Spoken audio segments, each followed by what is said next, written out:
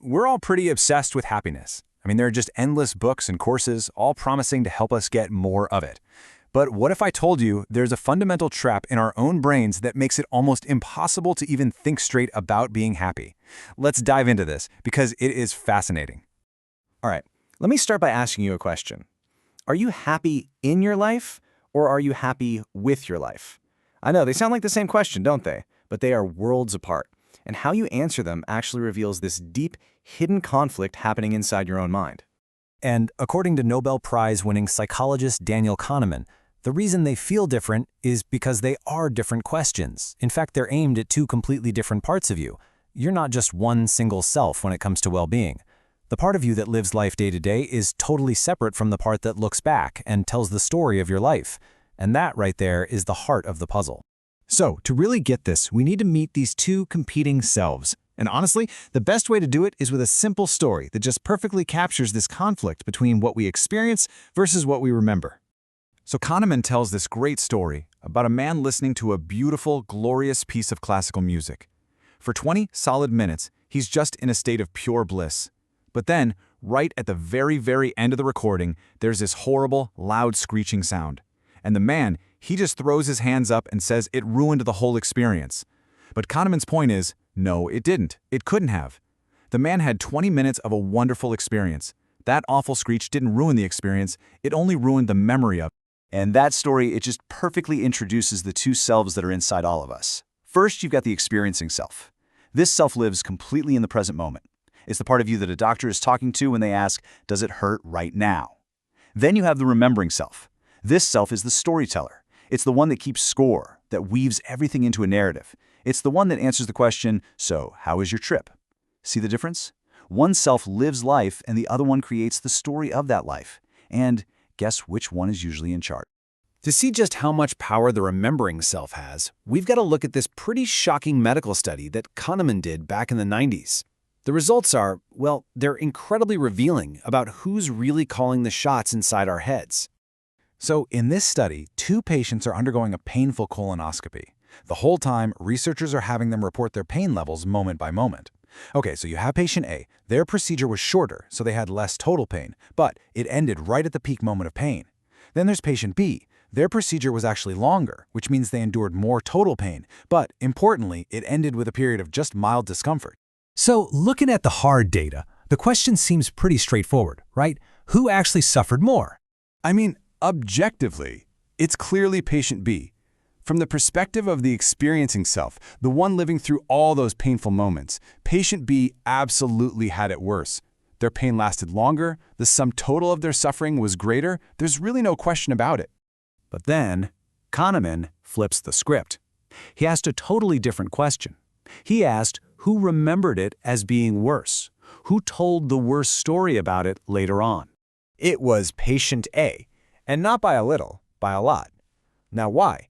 It's because our remembering self, that storyteller in our head, it doesn't really care about how long something lasts. It cares about the story. And patient A's story had a terrible ending. It finished at the absolute worst moment. Patient B's story, yeah, it was longer, but it had a much gentler ending. And because of that, their memory of the whole thing was way less negative. This tells us something absolutely wild about our own minds. Our memory isn't making a perfect, minute-by-minute documentary. Nope. It's creating a highlight reel. It focuses on the big moments, the peaks, the moments of change, and, above all else, it gives huge, disproportionate weight to the ending. A bad ending can literally poison the memory of an otherwise pretty good experience. So this whole idea of two different selves doesn't just explain how we remember pain. It completely changes the game when we talk about happiness. It really forces us to accept that there are two totally different kinds of happiness. So let's break them down. First, there's experiential happiness. This belongs to your experiencing self. It's just how you feel moment to moment as you live your life. Then there's life satisfaction. This is the property of your remembering self. This is how you feel when you step back and think about your life. It's the story you tell yourself about how things are going. Now, you'd think these two things would be basically the same, right? If you're happy in your life, you'll be happy with your life. Well, they're not. Not even close. The statistical correlation between them is only about 0.5, which means knowing how satisfied someone is with their life gives you a surprisingly fuzzy picture of how happy they actually are day to day. And if you want the absolute best example of this split, just look at money. According to a massive Gallup study, for your experiencing self, money does buy happiness, but only up to a point. In the US, that point is around $60,000 a year. After that, having more money doesn't make your actual daily moments any happier. But for your remembering self, its life satisfaction, the story it tells, just keeps going up and up and up the more money you make. Okay, so all of this brings us to a really deep, kind of personal question. We've got these two selves inside us, and they're in this constant, quiet conflict. So which one do you choose to serve? This brings us to what Kahneman calls the tyranny of memory. And here's the kicker. It's the remembering self that makes our decisions for the future. It's always choosing what to do next based on the stories of the past. And it will often drag the poor experiencing self through all kinds of unpleasant stuff. Like climbing a freezing cold mountain in the dark, all so it can collect a better memory, a better photo, a better story to tell later. To really bring this home, Kahneman came up with this brilliant thought experiment. Imagine you're planning your next vacation, but here's the catch. At the very end of the trip, all of your photos will be destroyed, and you'll be given a pill that will completely erase any memory of the trip. Now be honest, would you still choose the exact same vacation? Would you even go?